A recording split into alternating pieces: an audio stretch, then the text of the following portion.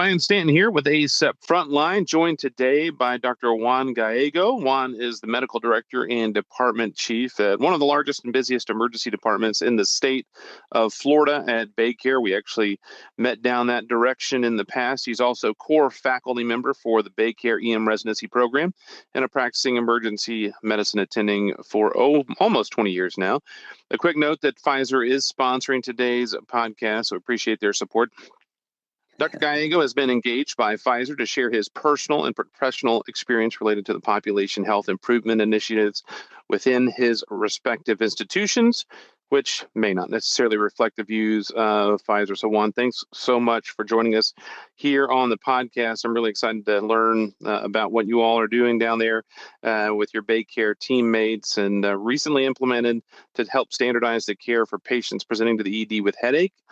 An incredibly common presentation for us in emergency medicine. ACEP understands this as well.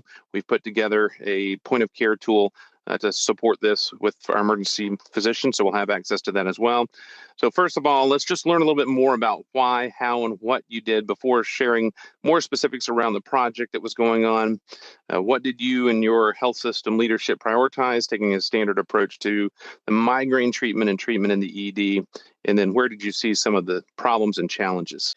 Yeah, so great. So first of all, thank you, Ryan, for having me. It's a real pleasure to be on your podcast. I'm a big fan, trying to suppress the giddiness of being here with you. So just to give a little context, so my hospital, St. Joseph's Hospital in Tampa, we're a very busy shop, like you mentioned, about 120,000 ED visits a year.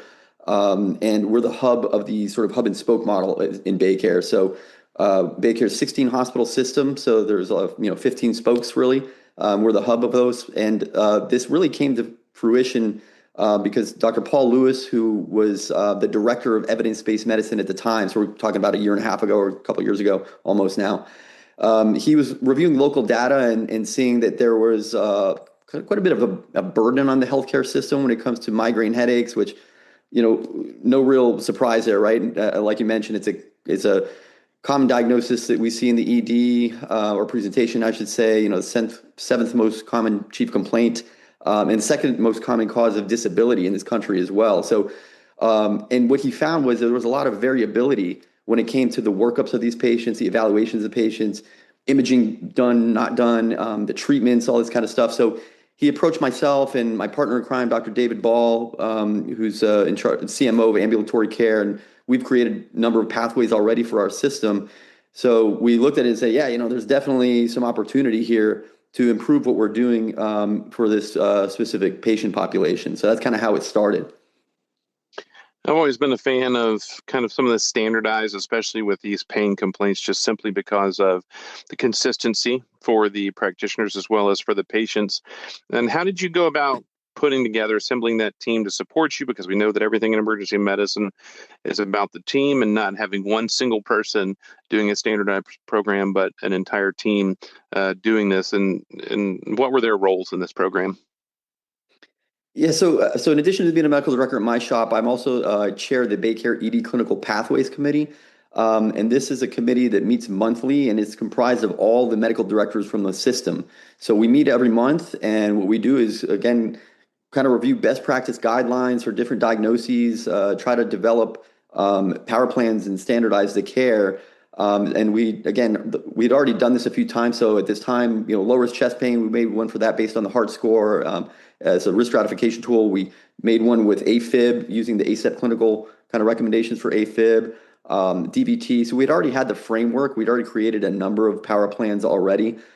So creating something for headaches was definitely within our wheelhouse and capability. So as the chair, I did my research, communicating with our neurologist colleagues, looking at, like you mentioned, the ACEP migraine POC tool, the ACEP clinical policy for headache, up to date. I mean, all these different kind of things to see what's the best way to kind of approach this, and creating algorithms to kind of really give our physicians, our clinicians rather, the support they needed to approach these patients, whether it's the initial assessment of the patient with a undifferentiated headache, or how we're going to manage the primary headaches that once we've kind of looked at that.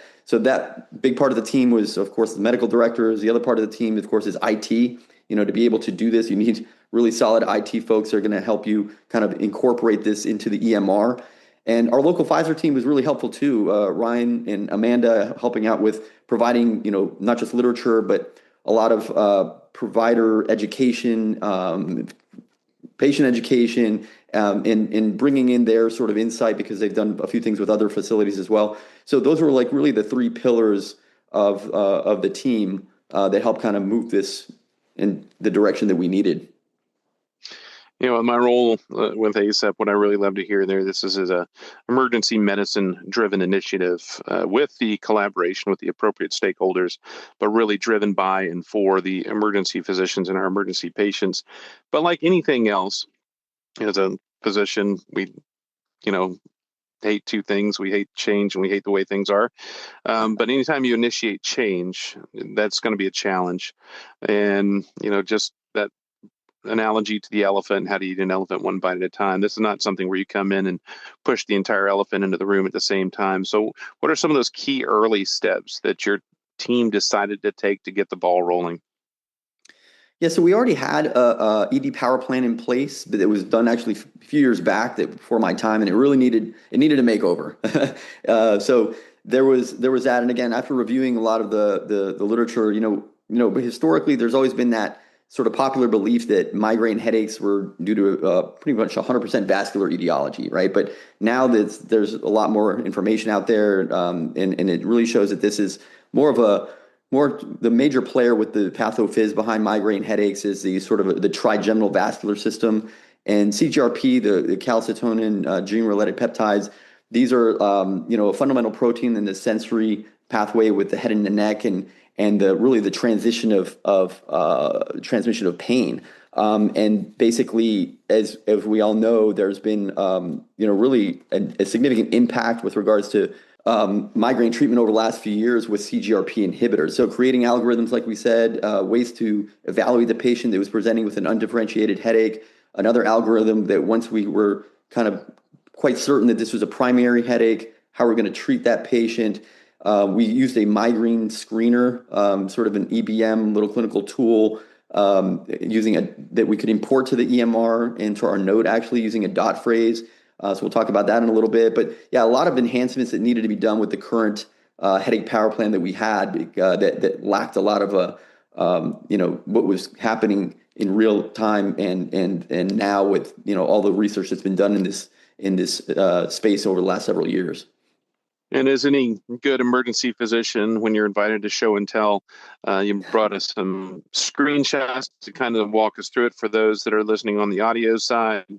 We'll have these available, but this is one that's going to be a video podcast as well. And so you can check out the pathways there, some of the things to talk about.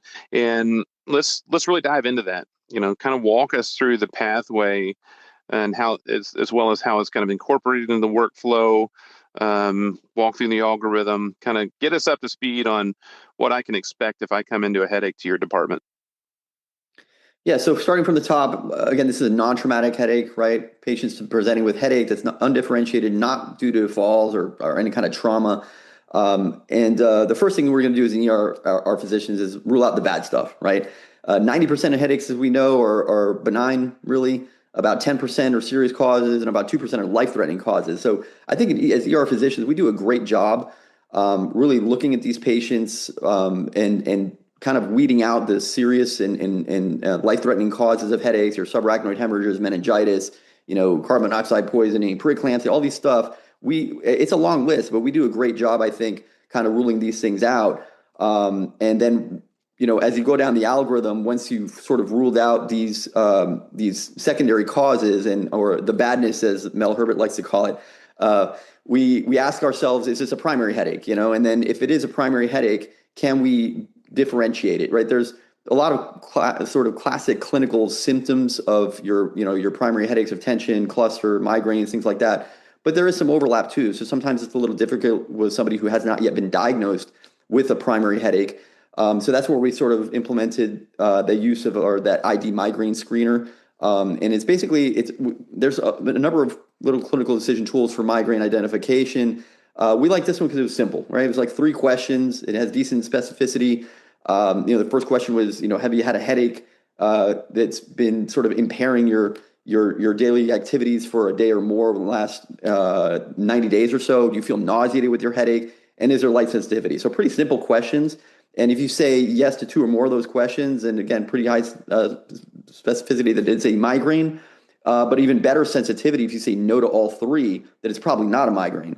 At which point you would say, well, is this a tension? Is it a cluster? Or do I have to re-examine and determine if this is a secondary headache? But once you kind of honed in that this is a primary headache, then we created a whole other algorithm for the treatment of that headache. And you can see that I like that little excerpt that had the power plan that we've created have a lot of this educational statements and things like that within them. So if I see a patient with a non-specific headache and I engage the power plan, open the power plan, then it's all laid out there for me. I can access the algorithms like you're seeing right here. It'll just in real time, just click it and it opens up. And then I also have a lot of like clinical direction as far as how to appropriately manage these patients. And then again, this algorithm in particular is the sort of starting point. And then once you decided it's a primary headache, then we go to the next algorithm and kind of go down that, which is you see here. So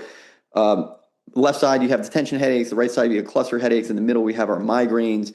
So again, we designed this based on a lot of the recommendations that we went over. And as you can see, so the previous headache pathway had Fioricet in it. It had opioids in it and stuff like that. So we removed those medications because, of course, those are level A recommendations according to the ACEP headache clinical policy. So we removed those medications from the headaches and particularly, and we also added discharge recommendations for the CGRP inhibitors as well, which according to the March 2024 updated guidelines from American Headache Society, that these are now first-line medications for preventative treatment for migraine headaches. So we did all these updates as well. For really the goal to provide our patients with better care and positive outcomes. In which case, from there on out, we would again have, as you see at the bottom, having them follow up with the whether it's primary care or even neurology, so that we can sort of close the loop and have them follow up with them as an outpatient. So that's the algorithms in a nutshell, if you will. Thanks. I appreciate you walking us through the algorithm itself. But like a good emergency physician, I also want to look at the challenges that we're going to be facing. So with that said, what are some of the challenges or obstacles that you had to overcome to implement the pathway?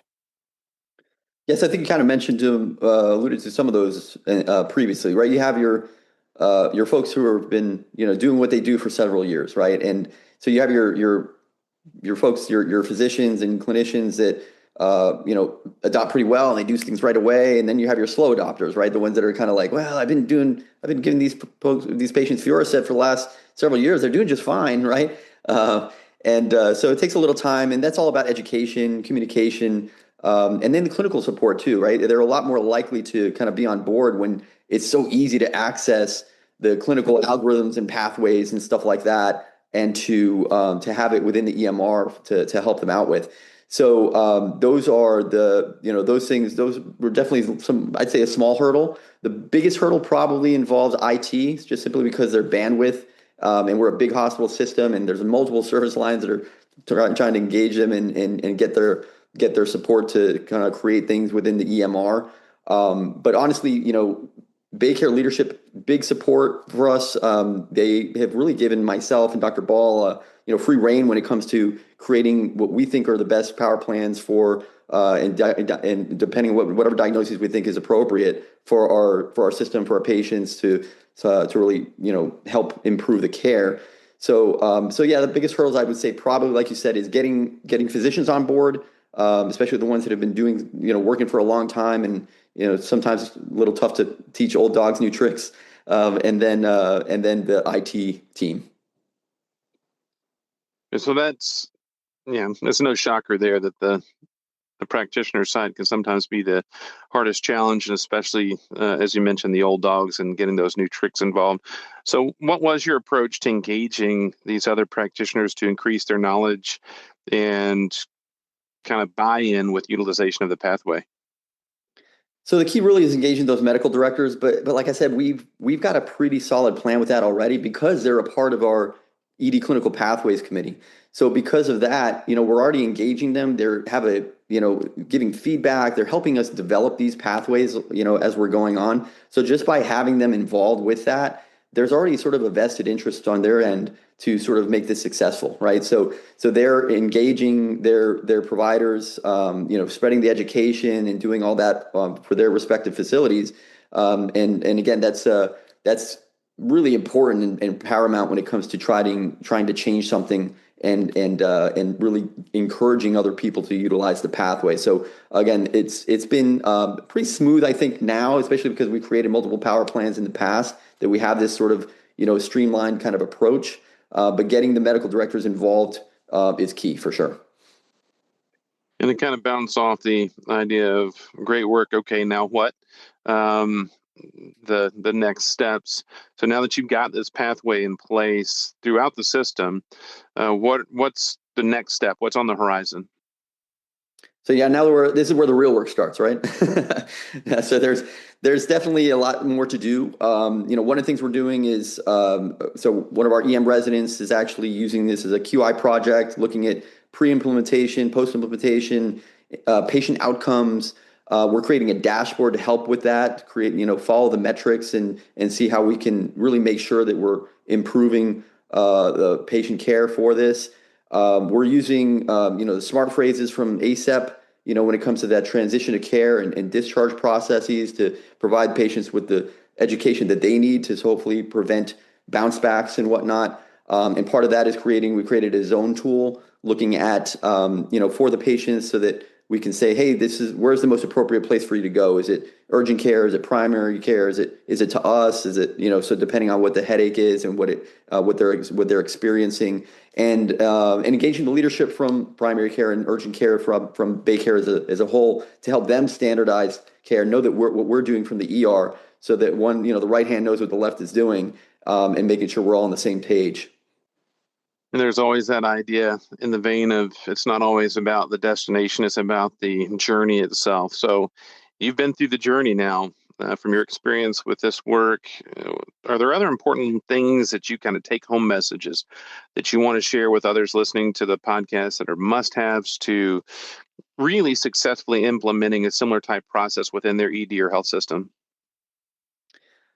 Yeah, definitely. For our EM colleagues that are listening, I think if you look at your own local data, right, make sure see if there's opportunities there, see if there are concerning trends that you want to address, because if there are, then obviously, engaging the leadership from the hospital, engaging your medical directors, taking a look at there's a lot of resources out there, and then that should be really the catalyst if there is something that you see that could improve as far as from the provider perspective, especially with migraines, right? A lot of migraines go undiagnosed or misdiagnosed. So there's, most of the time, if you look, I think that there's going to be some opportunity there. And in doing so, you're going to, it's going to be a benefit for your patients, for your clinicians, and the hospital system as a whole. So definitely a win to kind of take a look at your local data and see if there's opportunity there. Migraine care was the tip of the spear of managing and addressing the opioid epidemic, where we finally said we're going to do something evidence-based, and this is a perfect diagnosis because we know if we do it the way we used to do it and not evidence-based, it makes them worse, more frequent, and less likely to be successful. Not to mention the other risks associated with it. So for me, the migraine treatment has always been my big tee off for any type of alternative to opioids and evidence-based pain management regimens. Talking with Dr. Juan Gallego, appreciate everything and thanks for the expertise and kind of walking through the process. And as for everybody else out there, thanks for tuning in, listening, joining us today. Hopefully this can help with your processes in your emergency department and within your system. If you want to learn more about this topic, please scan the QR code, or you can visit www.pfi.sr/migraine ACEP POC tool. So migraine ACEP POC tool, all one word there after the slash, to access more information on resource for implementation. And until next time, I'm Dr. Ryan Stanton, and this has been some ACEP Frontline.